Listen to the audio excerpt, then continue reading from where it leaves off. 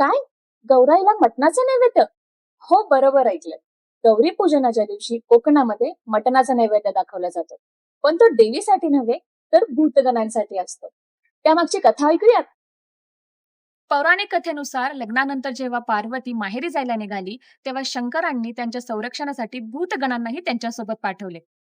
पार्वती देवी माहेरी पोहोचल्या, सर्वांना खूप आनंद झाला. त्यांची पूजा झाली, त्यांना गोडधोड नैवेद्यही अर्पण केले. पण या सर्वांमध्ये भूतगणांना सर्वजण विसरले. पण पार्वतीला मात्र त्यांचे भूतगण लक्षात होते. पार्वती मातेला हे माहिती होतं की भूतगण स्मशानात राहतात आणि त्यांना मांसाची सवय आहे. पार्वती मातेंनी भूतगणांसाठी मांसाहाराची व्यवस्था करायला सांगितली आणि भूतगणांनी जेवण केल्यानंतरच पार्वती मातेने अन्नग्रहण केले.